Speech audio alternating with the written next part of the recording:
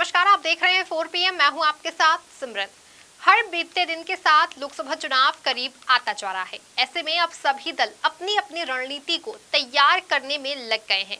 एक और सत्ताधारी दल भाजपा है, जो अब की बार 400 पार के नारे के साथ चुनावों के लिए आगे बढ़ रही है और लगातार तीसरी बार देश की सत्ता पर राज करने की योजना बना रही है।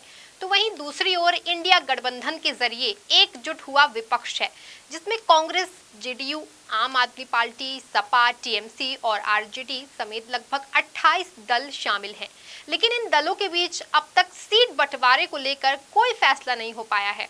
पिछले कई दिनों से इंडिया गठबंधन में सीट बंटवारे को लेकर ही रेंच मची हुई है। दिल्ली, पंजाब, पश्चिम बंगाल, उत्तर प्रदेश और महाराष्ट्र में इंडिया गठबंधन के सामने सीट शेयरिंग की समस्या ज्यादा गहराती जा रही है, क्योंकि इन सभी राज्यों में क्षेत्रीय पार्टियां कांग्रेस पर हावी हो रही हैं और उसको बेहद कम सीटें ही देने का ही दबाव बना रही हैं। यही वजह है कि इंडिया गठबंधन में सीट बंटवारे को लेकर अभी तक फैसला नहीं हो पाया है। सीट बंटवारे पर मची इसी रार को लेकर भाजपा इंडिया गठबंधन पर निशाना साधती रहती है और तंज कसती रहती है। मीडिया में भी इंडिया गठबंधन की इस रेंज को काफी बड़े स्तर पर दिखाया जाता है और अक्सर ही गठबंधन की एकजुटता पर सवालिया निशान उठाए जाते रहे हैं। लेकिन ऐसा नहीं है कि सीट बंटवारे को लेकर असमंजस की स्थिति सिर्फ इंडिया गठबंधन में ही है, बल्कि 400 सीटें जीतने का लक्ष्य लेकर लोकसभा चुनाव में उतर रही है। भाजपा वाले इंडिया गठबंधन में भी सीट बंटवारे को लेकर गहमागहमी बनी हुई है। यहाँ भी ऑल इज वेल नहीं है। दरअसल भाजपा के सामने सीट शेयरिंग पर सबसे बड़ी चुनौती महाराष्ट्र में बन रही है। कुंभेश महाराष्ट्र में, जो कि स्थित इंडिया गठबंधन में या यूं कहे कि महाविकास आघाड़ी के सामने है, काफी हद तक तो वो ही स्थिति भाजपा के सामने भी है। लेकिन बस ये तो मीडिया की देन है कि हो हल्ला सिर्फ इंडिया गठबंधन के सीट बंटवारे पर मचे घमासान को लेकर हो रही है और भाजपा के अंदर जो उठापटक मची है उस पर कोई चर्चा तक नहीं की जा रही है। दरअसल महाराष्ट्र के अंदर मौजूदा वक्त में दो सियासी गठबंधन चल रहे हैं। एक सत्ताधारी बीजेपी, शिवसेना और एनसीपी का अलायंस है, तो दूसरी तरफ विपक्षी कांग्रेस, शिवसेना और एनसीपी का गठबंधन है। कुछ दिन पहले तक ये ही कांग्रेस, शिवसेना और एनसीपी का गुट, जिसे महाविकास आघाड़ी का नाम दिया गया था, वो सत्ता में था। लेकिन अपने ही लोगों की बगावत के चलते शिवसेना में टूट हो गई और इसके बाद महाविकास आघाड़ी की सरकार गिर गई। इसके बाद शिवसेना, शिंदे गुट और भाजपा ने मिलकर के प्रदेश में नई सरकार बनाई। बाद में इस साल एनसीपी में भी अजित पवार के बगावत करने के बाद टूट हो गई और अजित पवार भी अपने समर्थित विधायकों को लेकर भाजपा शिंदे सरकार में सहयोगी बन गए। अब जब लोकसभा चुनाव सिर पर है, तो महाराष्ट्र के दोनों सियासी गठबंधनों में सीट बंटवारे को लेकर रेंच मची हुई है। सत्ताधारी गठबंधन और विपक्षी गठबंधन दोनों ही सीट बंटवारे को लेकर अंदर खाने अफरा तफरी मची हुई। लोकसभा चुनाव के मद्देनजर दोनों गठबंधनों के घटक दल सीटों पर खींचतान कर रहे हैं। अंतर सिर्फ इतना है कि सत्ताधारी गठबंधन बंद दरवाजे के भीतर ये नुराज कुश्ती कर रहे हैं, जबकि महाविकास आघाड़ी की खींचतान जो है वो मीडिया के द्वारा हाहाकार मचाकर सार्वजनिक कर दिया गया है। सत्ताधारी गठबंधन ने बीजेपी 2019 में जितनी सीटों पर लोकसभा चुनाव लड़ी थी, उससे ज्यादा सीटों पर चुनाव लड़ना चाहती है। यानी कि 25 में से ज्यादा सीटों पर बीजेपी अकेले लड़ना चाहती है और अपने उम्मीदवार उतारना चाहती है। जाहिर है कि इसके लिए उसकी नजर जो है वो शिवसेना की भी कुछ सीटों पर होगी। अब यहाँ मसला ये है कि अब शिवसेना के दो खेमे हो गए हैं और भाजपा का सहयोगी शिवसेना का शिंदे गुट है। यानी कि भाजपा की नजर भी शिवसेना की कुछ सीटों पर है। उधर शिवसेना ने दावा किया है कि तीनों दल उन सीटों पर चुनाव लड़ेंगे जिन पर उन्होंने 2019 में चुनाव लड़ा था। वहीं भाजपा और एनसीपी नेताओं का दावा है कि सीट बंटवारे का फॉर्मूला तय नहीं हुआ है। यानी कि साफ है कि भाजपा, शिवसेना, शिंदे गुट और एनसीपी अजित पवार गुट में भी सीट बंटवारे को लेकर उठापटक मची हुई है। भाजपा कम से कम उन 6 सीटों पर चुनाव लड़ना चाह रही है जो 2019 में शिवसेना के पास थी। उनमें से एक मुंबई दक्षिण निर्वाचन क्षेत्र भी है।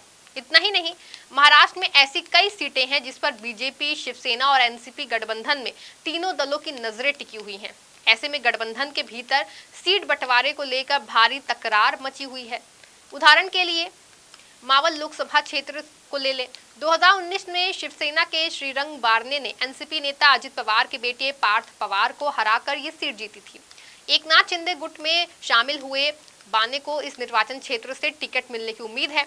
हालांकि एनसीपी और बीजेपी का स्थानीय नेतृत्व सार्वजनिक रूप से इस सीट पर दावा कर अपनी अपनी पार्टियों पर दबाव बना रहा है।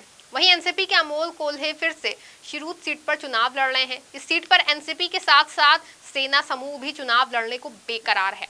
शिवसेना के पूर्व शिरूर सांसद शिवाजी राव अधल राव पाटिल, जिन्हें कोल्हे ने 2019 में हराया था, चुनाव लड़ना चाह रहे हैं। शिवसेना नेताओं के अनुसार पाटिल ने एनसीपी से कहा था कि अगर उन्हें ये सीट मिलती है तो वे उम्मीदवार बनने को तैयार हैं। इसी तरह अजित पवार पहले की घोषणा कर चुके हैं कि उनकी पार्टी 17 लोकसभा सीट से चुनाव लड़ेगी, जिनका प्रतिनिधित्व वर्तमान में एनसीपी श्रीनिवास पाटिल कर रहे हैं। पिछली बार पाटिल ने बीजेपी के उदय नराजे भोसले को हराया था। इस सीट पर बीजेपी की भी नजर है। दरअसल इस बार भाजपा शिवसेना शिंदे गुट और एनसीपी अजित पवार गुट के बीच इतनी रार इसलिए मची हुई है क्योंकि 2019 के लोकसभा चुनाव में भाजपा और शिवसेना ने मिलकर के चुनाव लड़ा था। तब शिवसेना पूरी एक थी, यानी कि अलग अलग गुटों में नहीं बटी थी। उस वक्त भाजपा और शिवसेना के गुट ने महाराष्ट्र की 48 लोकसभा सीटों में से 41 पर जीत हासिल की थी, जिसमें से भाजपा के खेमे में 23 और उसकी सहयोगी पार्टी शिवसेना के खाते में 18 सीटें आई थी, जबकि एनसीपी को 4 और कांग्रेस को सिर्फ 1 सीट ही नसीब हुई थी। लेकिन अब महाराष्ट्र में सियासी हालात जो हैं वो पूरी तरह से बदल चुके हैं। कहने को तो शिवसेना अभी भी भाजपा के साथ गठबंधन में है, लेकिन ये शिवसेना पहली वाली शिवसेना नहीं है। अब शिवसेना 2 खेमों में बट चुकी है। एक और शिवसेना की स्थापना करने वाले बालासाहेब ठाकरे के बेटे उद्धव ठाकरे के नेतृत्व वाली शिवसेना यूबीटी है, तो वहीं दूसरी ओर किसी समय में बालासाहेब ठाकरे के करीबी शागिर्दों में शामिल एकनाथ शिंदे के नेतृत्व वाली शिवसेना शिंदे गुट है। कहने को तो मौजूदा वक्त में एकनाथ शिंदे की शिवसेना बहुमत में है और शिंदे प्रदेश के मुख्यमंत्री भी हैं। वहीं उद्धव ठाकरे विपक्ष की भूमिका में बैठे हैं। लेकिन ये हर कोई जानता है कि जमीनी स्तर पर अभी भी पकड़ उद्धव ठाकरे और उनकी शिवसेना की। वहीं ये हाल सत्ताधारी गठबंधन में शामिल एनसीपी का भी है, क्योंकि भले ही अजित पवार को शरद पवार का उत्तराधिकारी माना जा रहा हो, लेकिन ये अजित पवार भी भली भांति जानते हैं कि जो जनाधार शरद पवार के साथ जुट सकता है, वो जनाधार पाने के लिए अजित पवार को अभी और भी मेहनत करने की जरूरत है। यानी सत्ताधारी गठबंधन में एनसीपी और शिवसेना शामिल जरूर हैं, लेकिन फिर भी उनकी ताकत पूरी नहीं है। जबकि दूसरी ओर गठबंधन में शामिल भाजपा है, जिनके पास इस गठबंधन में सबसे ज्यादा ताकत है। यही वजह है कि भाजपा एनसीपी और शिवसेना के बीच सीट बंटवारे को लेकर उठापटक जारी है, क्योंकि भाजपा जो पिछले चुनाव में 23 सीटों पर उस समय जीती थी, अब वो संयुक्त शिवसेना के साथ गठबंधन में थी। इसीलिए इस बार जब शिवसेना टूट चुकी है तो भाजपा ज्यादा सीटों की मांग कर रही है। वहीं शिवसेना और एनसीपी का ये हाल है कि खुद को स्थापित करने के लिए दोनों ही गुट अपने अपने लिए भी बेकरार बराबर की सीटों की इच्छा जता रहे हैं, जो कि मुश्किल ही नजर आ रही है। यानी कि साफ है कि सीट बंटवारे को लेकर रैंच सिर्फ इंडिया गठबंधन या महाविकास अघाड़ी में ही नहीं मची है, बल्कि भाजपा में भी सीट शेयरिंग की समस्या बनी हुई है। ऐसे में जो महाराष्ट्र यूपी के बाद सबसे ज्यादा लोकसभा सीटें लेकर आता है, उस महाराष्ट्र में सत्ता पक्ष और विपक्ष दोनों ही तरफ सीट बंटवारा एक बड़ी समस्या बना हुआ है। सीट शेयरिंग को लेकर दोनों ही तरफ लगातार गुणागणित जारी है।